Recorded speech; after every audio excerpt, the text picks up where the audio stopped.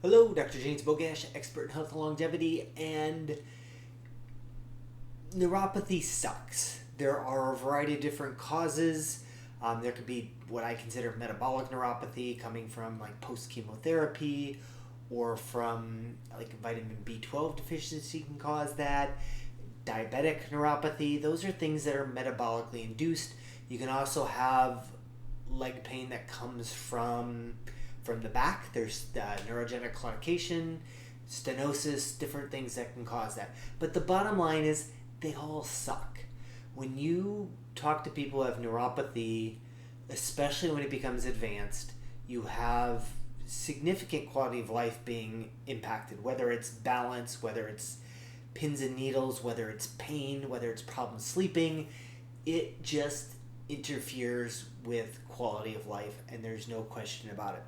So if there's anything we can do to have an impact on this, that's a good thing.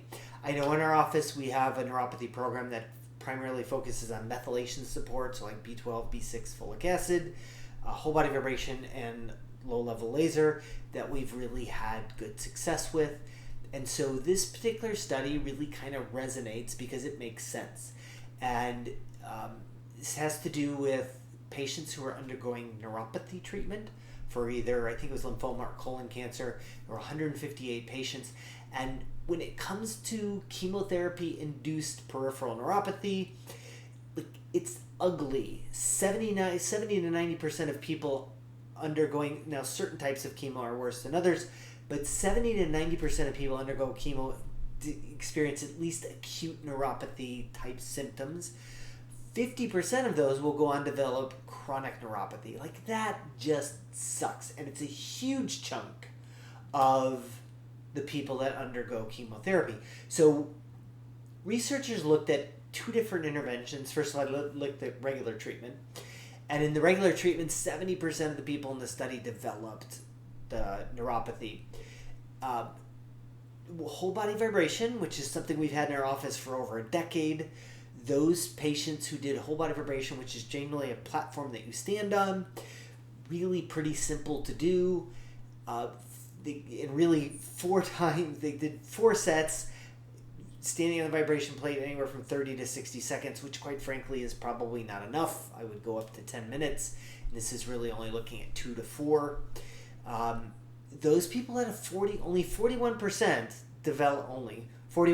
developed the peripheral neuropathy when undergoing chemotherapy. And then they also did sensory motor training. So think about standing on a balance board or an unstable surface and you're juggling or somebody's throwing a ball to you or something to do with balance training.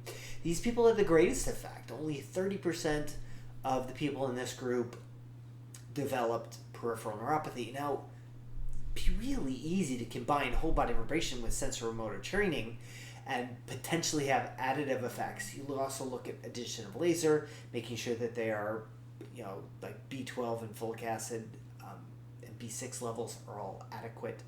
So really, and by the way, the sensory motor training, those people did 20 seconds of whatever it is. So you're standing on an unstable surface and you're trying to catch a ball for 20 seconds times 3. And they did that 4 sets of that. So really, these are pretty simple interventions. And again, being able to combine the whole body vibration with the sensory motor training is a very easy thing to do and would not add any more difficulty and probably add additional benefits. So anything that has an impact on neuropathy development from chemotherapy is going to be a good thing. And these are non-drug, not addictive. Like, there's no reason to not incorporate more of these in the approach to protecting your nerves while we're trying to kill them off with chemotherapy. As always, I'll post a link to this particular study in the description. Make sure you like this video, share it with somebody who you think needs the information, and subscribe to the channel.